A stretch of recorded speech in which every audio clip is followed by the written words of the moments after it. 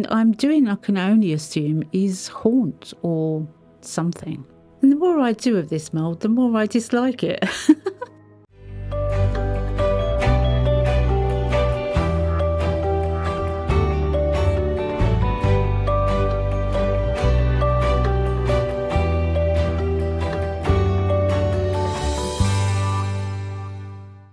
Hey, it's Wendy here again from Toonpish Crafts, and I hope you're doing okay. Recently I had a bundle of goodies from Let's Resin, and in it was some pigments. Now they're not stated as chameleon pigments. They are colour shift mica. So we're going to have a look at some colour shift mica, see how the colours come out, and I'll do something with them. Don't quite know what yet.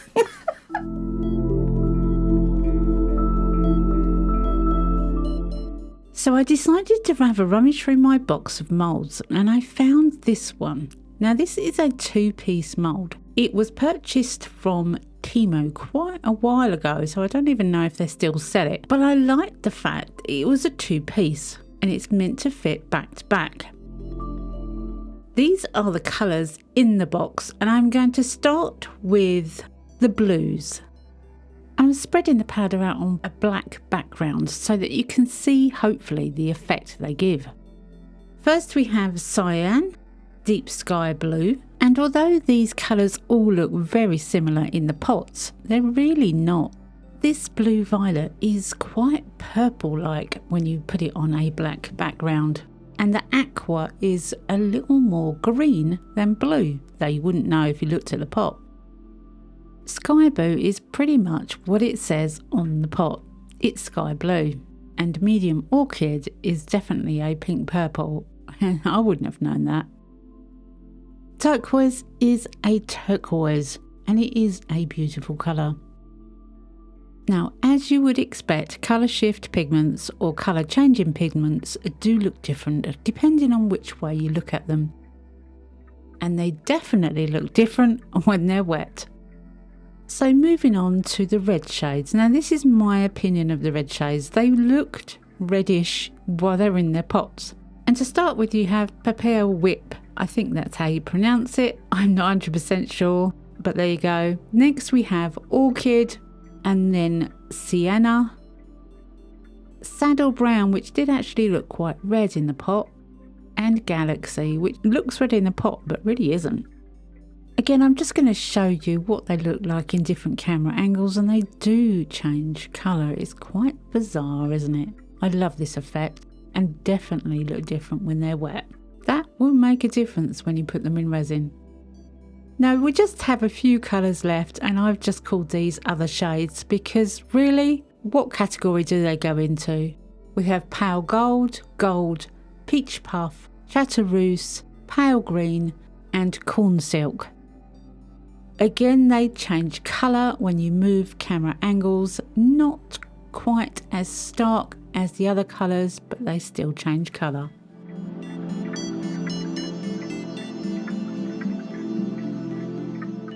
Now the whole purpose of making this sword is to try out the colours. So I'm going to use a wide range of colours in these swords. I'm going to mirror the swords from one piece to the other, but I won't put you through the whole colouring process. I just want you to understand that whatever I do on this piece, I do exactly the same on the other piece. As they're meant to go back to back and they're meant to fit together, I want to see if that's the case. The amount of times I've tried moulds that are meant to fit together and don't is so annoying. I'm not too keen on making a sword, I must admit, but this is kind of a decorative sword, and I'm guessing it's kind of related to some myth or legend, I'm guessing, although I don't know what.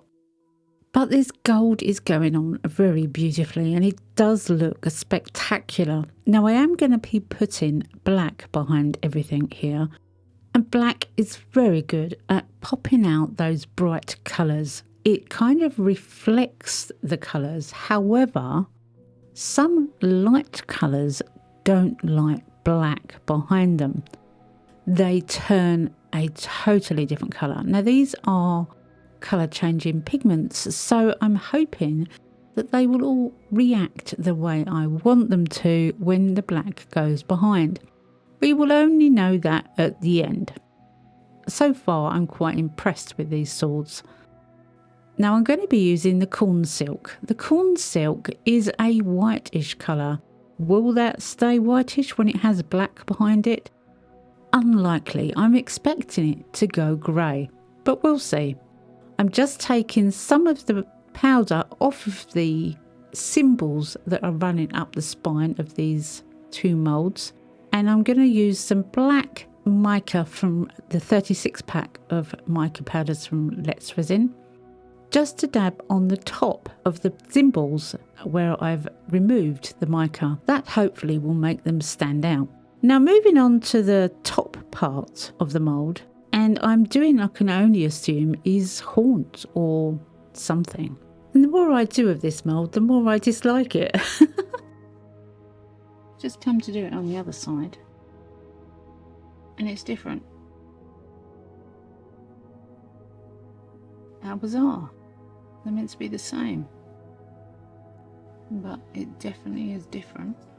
This was annoying. Now I know that it's meant to look slightly different one side to the other. I get that, but if the two pieces don't match up, they are not going to fit back to back. And I knew that, but I'd started, so I carried on. Now this turquoise is actually really beautiful. Most people realise that I don't like green, but turquoise can be really blue, and I like this shade of turquoise.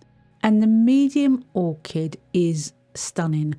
Now I kept saying to myself, you're just testing the colours, you're just testing the colours. Don't worry about the silly mould that you're using. It's the colours that matter. But I was getting wound up by this mould. Seriously. And this is just the beginning.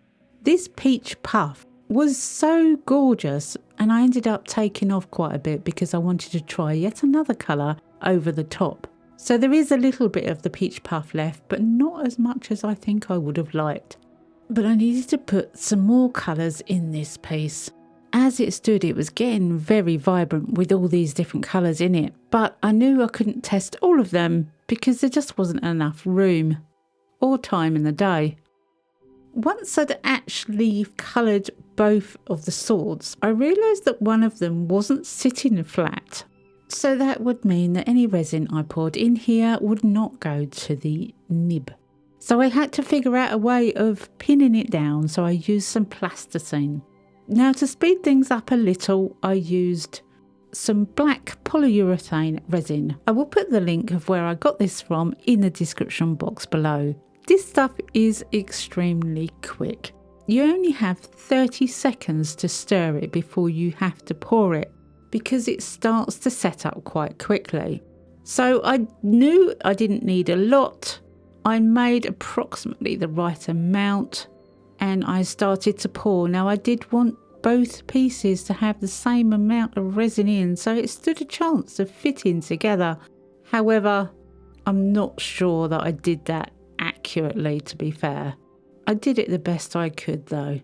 It's also worth knowing that this stuff does not shrink back the same as 2-part epoxy resin does.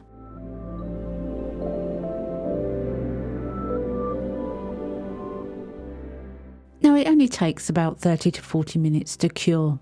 I left these for about an hour because I wanted them to be completely solid, as the points on these swords were quite shallow and thin. Demoulding them was quite simple.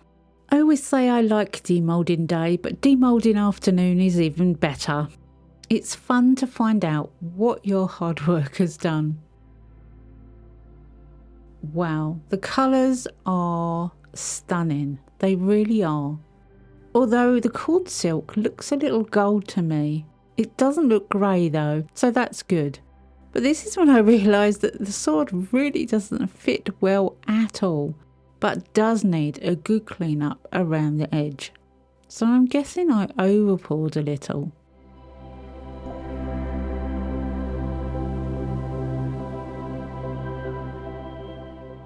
Once I've cleaned up the entire edge, Then I'm going to sand down a little bit with 320 wet dry sanding paper so that we've got a flat back for the two halves of the sword to fit together. Now, it didn't take long, to be fair. It doesn't take long to do this kind of thing, but I did want to give this sword the best chance possible of fitting together. Once I'd made the backs flat, it was quite obvious then that one of the swords was thicker than the other. But you could also see the horns on one side did not match up with the other side because they were different. Therefore, there was bits that were just sticking out without touching anything. Honestly, it is so annoying when you put in the effort to make something and it turns out to almost be a waste of time. That's how I felt when I was trying to put this sword together. Is this a complete waste of my time? Well, I was trying out the colours. I kept saying to myself, it's the colours that's important, it's the colours that's important, don't worry about this sword. But it was really irritating. So I smothered one half of the sword in some inexpensive glue and I pushed the second sword down as hard as I could, trying to line up absolutely as much as I could. It was pretty impossible because one sword was bigger than the other and one half of the sword had bits sticking out that the other half didn't. But I did my best.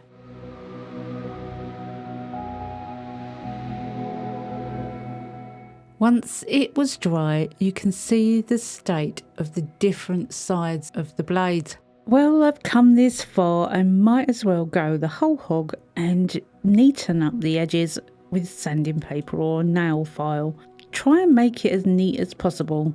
Goodness me, the work I put into this, I really wonder why I did it. I was trying to make good a piece that really wasn't. I went right the way around outside edge with UV resin and then decided to use some of Let's Resin chrome markers that I've got from them recently as well. These are called chrome markers. You have a silver chrome marker, a gold chrome marker and a copper chrome marker. Now they're all called chrome markers, but there are different colours. So I thought this is a good time to try these out as well. Let's try out the gold and see if it's going to help me at least make this piece half decent. I really don't know why I didn't give up, but I wouldn't. I've really got a stubborn streak in me sometimes, but this gold marker is really quite nice. I am a bit fussy with my line markers, but this seems really quite easy to put on and shiny. So that's good.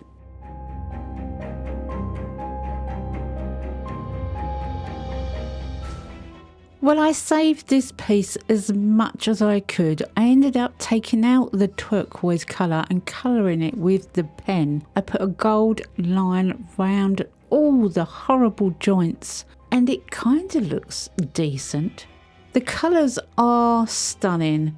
They are absolutely beautiful colours. With black behind them, they all work really well. Even though the corn silk wasn't quite white, it was more gold than anything, it still worked really well. It certainly wasn't grey. It's a shame really that the mould was that bad. It took me away from what I actually wanted to do, which was to try the colours. But I've definitely learnt my lesson and I will check two-part moulds to see if they actually are the same on both sides, albeit opposites. Anyway, thanks for watching this one. I hope you've enjoyed it. Come back and see me next week because you never know what I'm going to be up to. I never know what I'm going to be up to. Have a great week. Happy crafting and bye for now.